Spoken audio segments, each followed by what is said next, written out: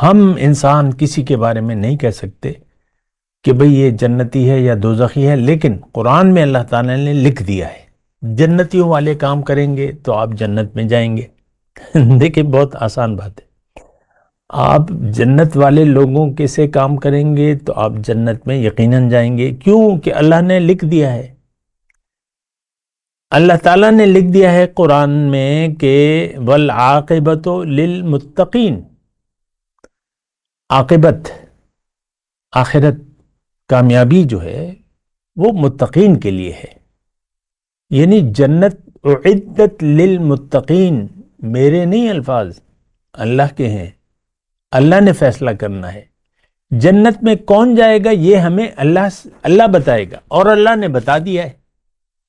آپ متقی ہے نہیں اور جنتی ہونے کی تمنا لیے، آپ کو ایک تو آخرت پر یقین نہیں ہے، ایک بات تو کھلی کھلی ہے، جو کچھ بھی ہے لفظی کلامی ہے بس۔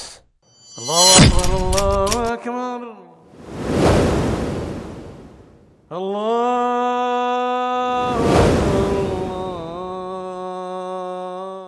اعوذ باللہ من الشیطان الرجیم، بسم اللہ الرحمن الرحیم، اللہم صلی علی سیدنا محمد معدن الجود والکرم وآلہ وسلم۔ سامعین و ناظرین اکرام، السلام علیکم ورحمۃ اللہ وبرکاتہ۔ آج کا ہمارا موضوع، کیا ہم اہل جنت میں شامل ہیں؟ دیکھیں، جنت کون جائے گا یا کون جہنم میں جائے گا، یہ فیصلہ ہم نہیں کر سکتے۔ یہ فیصلہ تو میرا رب کرے گا۔ جہنم اور جنت اس نے بنائی ہے، اور یہ فیصلے اللہ کے ہیں۔ ہم انسان کسی کے بارے میں نہیں کہہ سکتے کہ بھئی یہ جنتی ہے یا دوزخی ہے، لیکن قرآن میں اللہ تعالیٰ نے لکھ دیا ہے جنتیوں والے کام کریں گے تو آپ جنت میں جائیں گے۔ دیکھیں بہت آسان بات ہے، آپ جنت والے لوگوں کے سے کام کریں گے تو آپ جنت میں یقیناً جائیں گے، کیوں کہ اللہ نے لکھ دیا ہے۔ اللہ تعالیٰ نے لکھ دیا ہے قرآن میں کہ والعاقبۃ للمتقین، عاقبت آخرت کامیابی جو ہے وہ متقین کے لیے ہے، یعنی جنت اعدت للمتقین، میرے نہیں الفاظ، اللہ کے ہیں۔ اللہ نے فیصلہ کرنا ہے جنت میں کون جائے گا، یہ ہمیں اللہ بتائے گا، اور اللہ نے بتا دیا ہے۔ آپ متقی ہے نہیں اور جنتی ہونے کی تمنا لیے، آپ کو ایک تو آخرت پر یقین نہیں ہے، ایک بات تو کھلی کھلی ہے، جو کچھ بھی ہے لفظی کلامی ہے بس۔ جنت دوزخ بس یہ برائے نام ہے ہمارے زبان پر، ہمارے لیے کوئی اور دنیا کے علاوہ یا اس کی کامیابی کے علاوہ ہماری اور کوئی سوچ نہیں ہے۔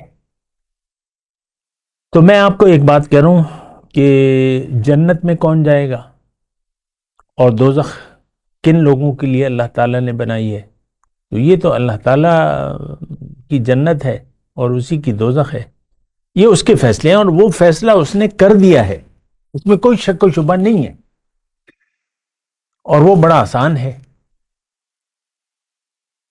دیکھیں، میں پہلے اپنی زبان میں اپنے الفاظ میں ایک بات کہہ رہا ہوں، اس کو نوٹ کریں۔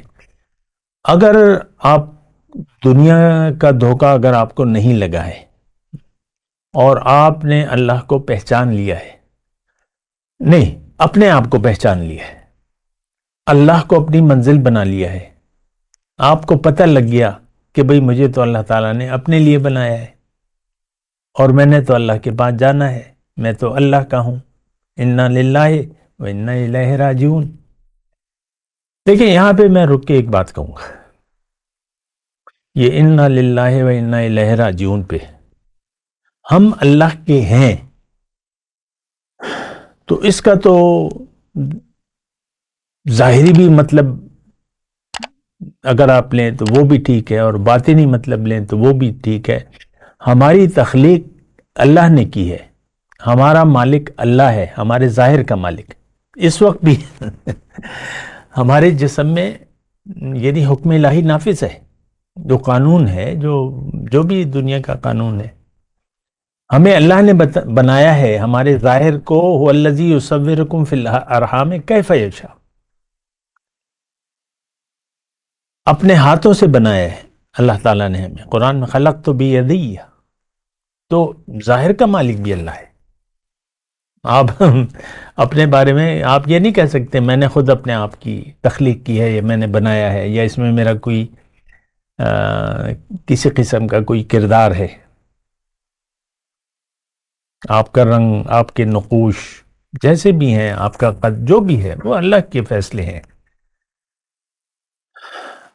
تو ظاہر طور پہ بھی ہم اللہ کے ہیں، مالک اللہ ہے ہمارا. لیکن ایک مطلب اس کا باطنی بھی ہے کہ ہماری روح بھی اللہ کی ہے، اللہ کی پھونکی ہوئی. نفخت فیہ من روحی، یہ بہت بڑی چیز ہے، راز ہے. اللہ کی پھونکی بھی ایک روح ہے ہم میں، اللہ کی پھونکی ہوئی. اس کی میں تفصیل کی بھی ہے، ابھی میں نہیں کر رہا. وہ انا للہ پہ میں بات کر رہا تھا. ہم اللہ کے ہیں اور اللہ کے پاس واپس جانا ہے ہمیں. کلن الینا راجعون، تم سب میرے پاس واپس آؤ گے. تو لیکن دنیا کا پھیرا جب روح لگا لیتی ہے، تھوڑا سا غور کیجئے. اب چکر ہوتے ہیں نا، میں نے امریکہ کا چکر لگا لیا، میں جاپان جا چکا ہوں، یہاں جا چکا ہوں، وہاں جا چکا ہوں، یہ جو بھی ہے. دنیا کا روح جب دنیا کے چکر لگا کر جب واپس جاتی ہے اللہ تعالیٰ کے پاس، جانا تو اللہ کے پاس ہے، اللہ کی پھونکی ہوئی روح ہے. اللہ تعالیٰ نے فرمایا میری پھونکی ہوئی روح ہے. اور تو دو صورتیں ہیں، یا تو اس کا چہرہ کالا ہوگا واپسی میں یا سفید ہوگا. آخرت میں ہم سب کو اللہ تعالیٰ جب جمع کرے گا تو اللہ تعالیٰ نے قرآن میں لکھ دیا ہے کہ یوم تبیض وجوہ وتسود وجوہ، اس دن بعض چہرے کالے ہوں گے، بعض سفید ہوں گے. اب سب اللہ کے پاس جائیں گے، چلے گئے حشر میں ہیں تو بعض لوگوں کے چہرے کالے ہوں گے، بہت اکثریت جو والعصر ان الانسان لفی، اکثریت کے چہرے کالے ہوں گے، جس میں سر فہرست آج کا مسلمان ہے. آپ اپنے بارے میں غور کریں. اور بعض چہرے سفید ہوں گے. اور تسود وجوہ، تبیض وجوہ و تسود وجوہ. تو بات ذرا طویل ہے لیکن میں ذرا اس کو مختصر کر رہا ہوں. اب فَأَمَّا الَّذِينَ اسْوَدَّتْ وُجُوهُهُمْ وَأَمَّا الَّذِينَ ابْيَضَّتْ وُجُوهُهُمْ فَفِي رَحْمَةِ اللَّهِ، جن کے چہرے سفید ہوں گے وہ اللہ کی رحمت میں ہوں گے،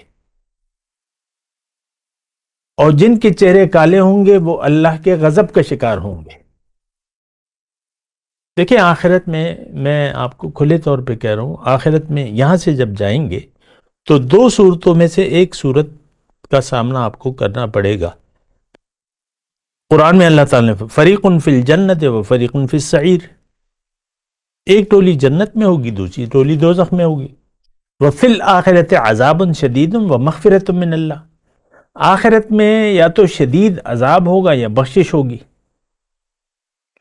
اچھا اب ایک سوال یہ ہے، آپ اپنے آپ سے کریں کہ آپ اللہ کی بخشش کے لیے زندگی گزار رہے ہیں، اللہ کی رضا کے لیے، یعنی اللہ کو راضی کرنے کے لیے زندگی گزار رہے ہیں.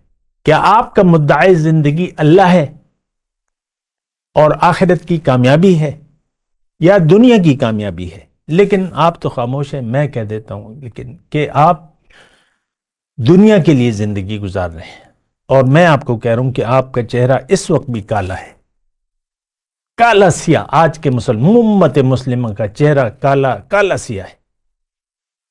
کیوں؟ کہ یہ دنیا کے لیے زندگی گزار رہے ہیں، دنیا کو اس نے مدعا بنا لیا، دنیا کے دھوکے کے شکار ہو گیا ہے. اور منع فرمایا اللہ تعالیٰ نے، لا ان وعد اللہ حق فلا تغرنکم الحیات الدنیا، اللہ کا وعدہ سچا ہے، ایسا نہ ہو کہ دنیا کی زندگی تمہیں دھوکے میں ڈال دے.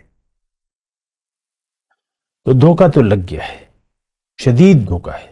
ہم اس دھوکے سے نہ باہر نکل رہے ہیں نہ اس کی کوشش کر رہے ہیں.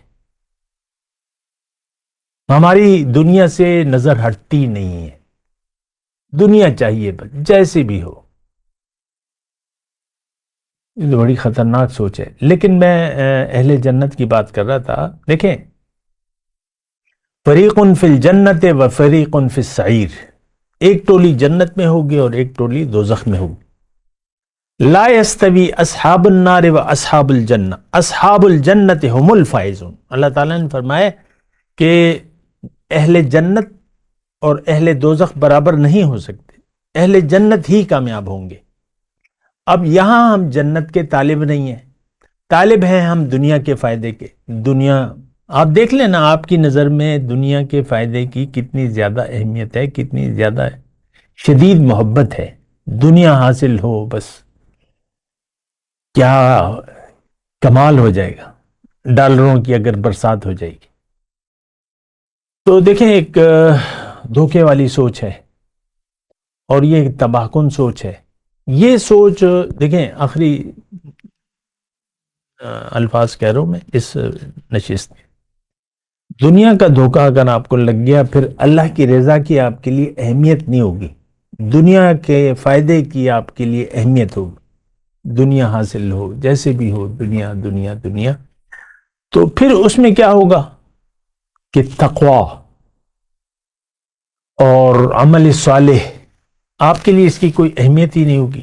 بخشش والے کام، دیکھیں بخشش والے کام اور اللہ کی ناراضگی والے کام، اگر آپ کا رخ دنیا کی طرف ہے اور آپ کی تمام توجہ سعی و کوشش دنیا کے لیے ہے تو آپ یقین جانیں کہ اللہ تعالیٰ آپ سے راضی نہیں ہے. قرآن میں لکھا ہے وَلَا يَرْضَى لِعِبَادِهِ الْكُفْرَ، اپنے بندوں کے انکار پر وہ راضی نہیں ہے. اللہ تعالیٰ فرما رہا ہے کہ اگر تم میرا شکریہ ادا کرو، نعمتوں کو بجائے استعمال کرو تو میں تم سے راضی ہو جاؤں گا. لیکن ہم شکریہ کو تو جانتے تک نہیں ہے. شکریہ کی کیا، دین کی کسی بات کو بھی ہم نہیں جانتے آج کا مسلمان. تو دیکھیں اپنے اوپر رحم کریں اور جہنم کا ترنے والا اپنے آپ کو نہ بنائیں. جنتی بن جائیں، جنت کو اللہ کو راضی کر لیں، جنت آپ کی ہے.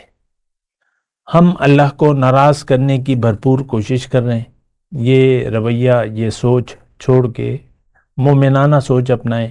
مومن اللہ کے لیے زندگی گزارتا ہے، اس کا ہر عمل اور ہر بات میں اللہ یعنی محتاط ہو کے وہ سارے کام کرتا ہے. وآخر دعوانا الحمدللہ رب العالمین. مولایا صلی وسلم دائما ابدا على حبیبک خیر الخلق کلہم.